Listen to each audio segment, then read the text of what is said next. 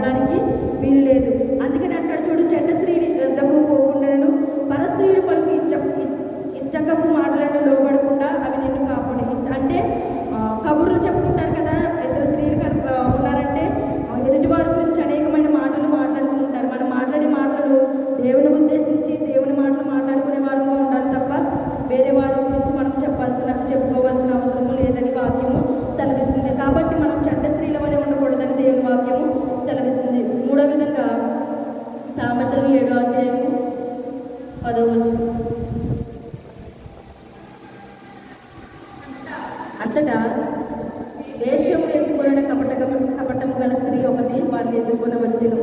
వేషం వేసుకున్న స్త్రీ అంట, కపటము గల స్త్రీ. చూడండి, మనము నమ్మి కొంతమందికి చెప్తాం కదా, అంటే మనతో స్నేహంగా ఉన్న వారికి, లేకపోతే మనకి మంచి చేసే వారికి, లేకపోతే మనని ఆనందంగా ఉండాలనుకునే వారికి మనం అన్నీ చెప్తూ ఉంటాం.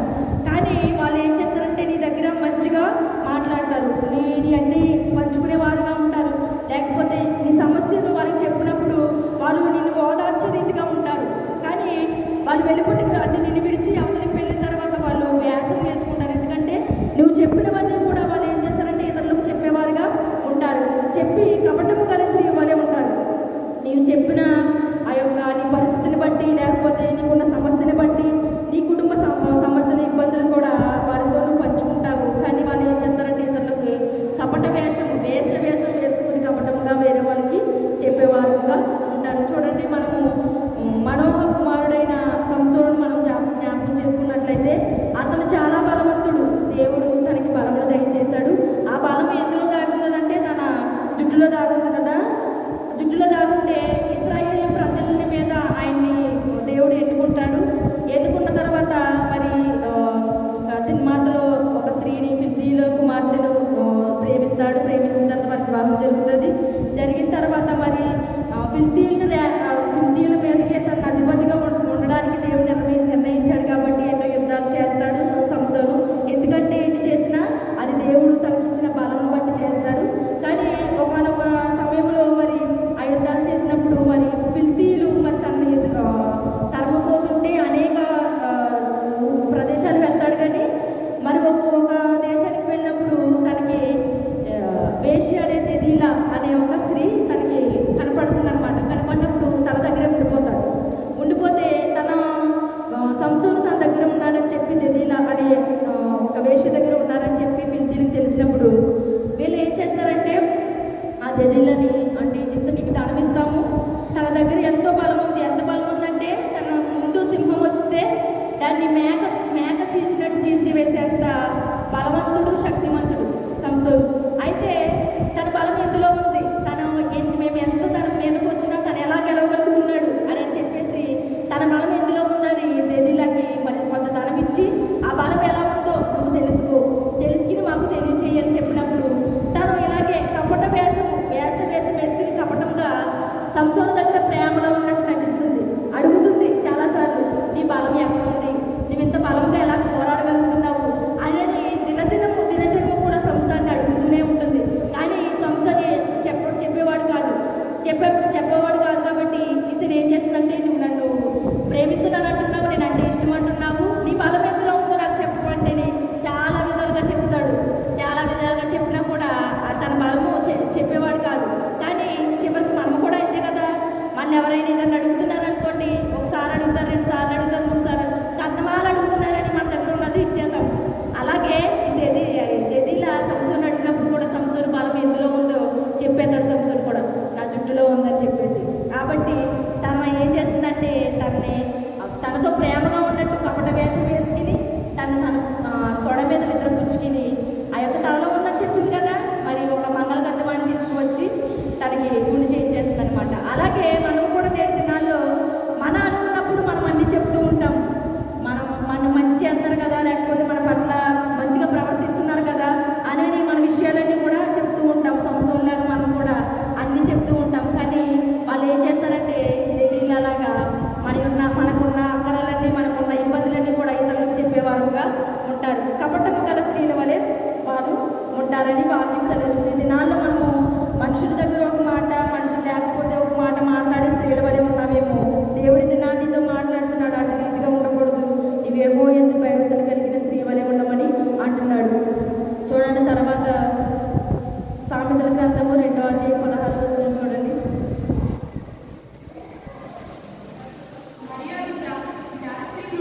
మరియు అది జార స్త్రీ నుండి మృదువుగా మాట్లాడు పరస్త్రీ నుండి నిన్ను రక్షించును. మరియు అది జార స్త్రీ నుండి మృదువుగా మాట్లాడు పరస్త్రీ నుండి నిన్ను రక్షించును. జార స్త్రీ అనేది ఇక్కడ సెలవిస్తుంది. చూడండి, జార స్త్రీ అంటే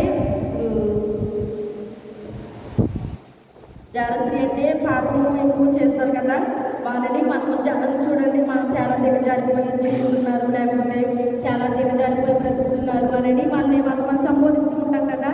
ఈ దినాల్లో చాలా మంది అటు రీతిగానే ఉంటున్నారు. ఏవో ఎందుకు భయభక్తులు కలిగి ఉండకుండా, దేవుడు చెప్పే ఆజ్ఞలు లెక్క చేయకుండా, ఆయనకి ఎంత మాత్రం విలువకుండా, ఆయన ఆజ్ఞలు కైకొనకుండా మరి ఎంతో మంది లోకానుసారంగా జీవించే స్త్రీలు అనేక మంది ఉన్నారు. వారంట మృదువుగా మాట్లాడతారంట.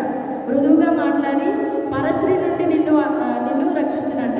అంటే పరస్త్రీ వలె ఉంటారు, మృదువుగా ఉంటారని వాక్యం సెలవిస్తుంది. జార స్త్రీ నుండి మనల్ని, ఒకవేళ జారత్వం అంటే పాపం మనలో ఎక్కువగా ఉంటే అటు రీతిగా ఉండొద్దని దేవుని వాక్యము సెలవిస్తుంది. చాలా ఉన్నాయి మన స్త్రీల గురించి. కానీ మనం ఏం చెప్పినా కూడా, మనం ఏం మాట్లాడినా కూడా అది దేవుడి నుంచి వచ్చే మాట్లాడుకోవాలి, కానీ లోక సంబంధమైనగా మనము తీసుకోకూడదు. చాలా మంది ఉన్నారు ఈలో బైబిల్ గ్రంథంలో. ప్రవక్తలు ఉన్నారు, దెబోరా ఉంది, హుల్దా ఉంది, మిరియాము ఉంది, మళ్ళీ హన్నా ఉంది. ఎంతోమంది ప్రవక్తలను దేవుడు ఎన్నుకున్నాడు. ఎందుకు ఎన్నుకున్నాడంటే వాళ్ళ పురుషులు వేరు, స్త్రీలు వేరండి. మనం స్త్రీ కంటే పురుషుడు ఎక్కువైన దేవుడు సెలవించాడు.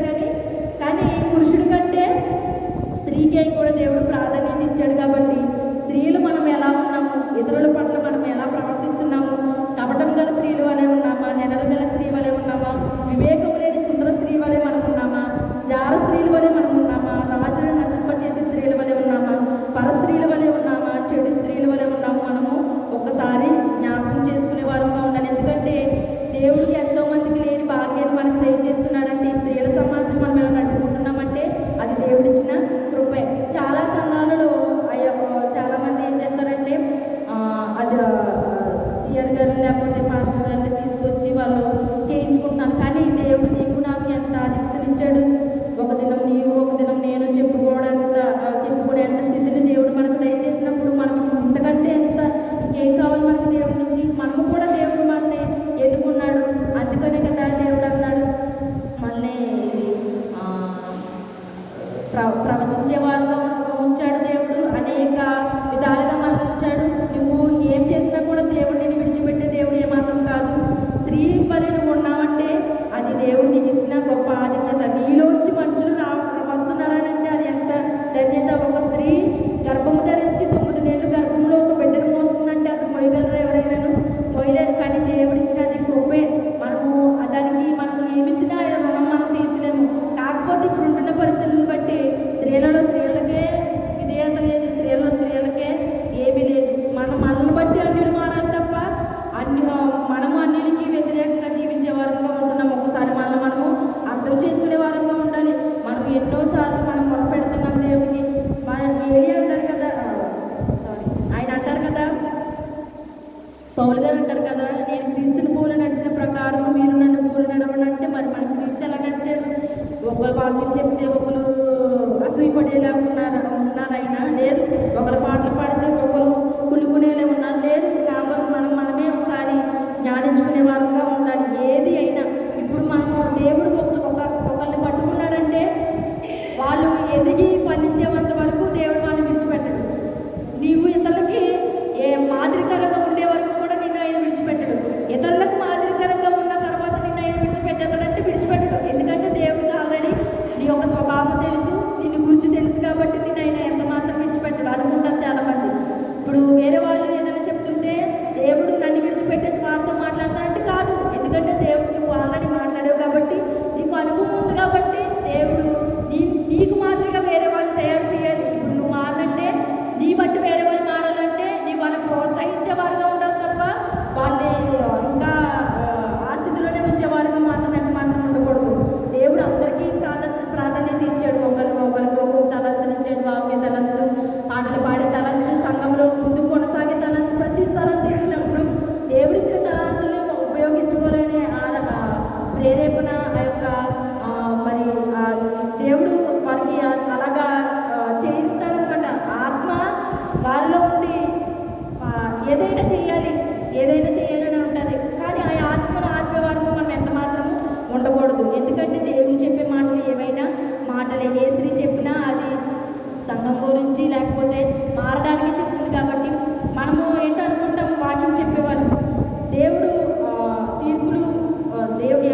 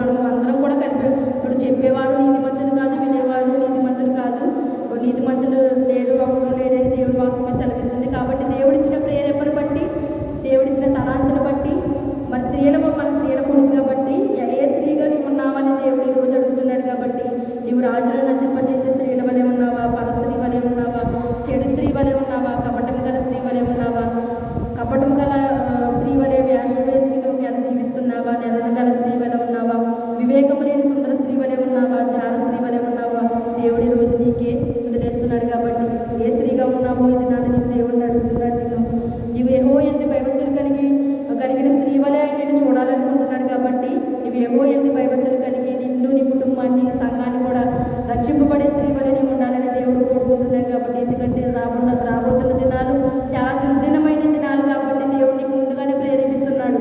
నువ్వు ఎట్టి రీతిగా జీవించాలి, ఎట్టి రీతిగా ఉండాలని ఎన్నో వాక్యాల ద్వారా మనం వింటున్నాము. ఎంతోమంది సేవకులు మనకి తెలియజేస్తున్నారు. కాబట్టి నువ్వు ఎట్టి రీతిగా ఉంటున్నావు అది దేవుడు నీకే వదిలేస్తున్నాడు. కాబట్టి నువ్వు యెహోవా భయభక్తులు కలిగిన స్త్రీ వల్ల దేవుడు ఉండాలని కోరుకుంటున్నాడు. కాబట్టి అట్టి రీతిగా ఉండడానికి ప్రభు కృప మనందరికీ తోడేయును గాక. ఆమేన్.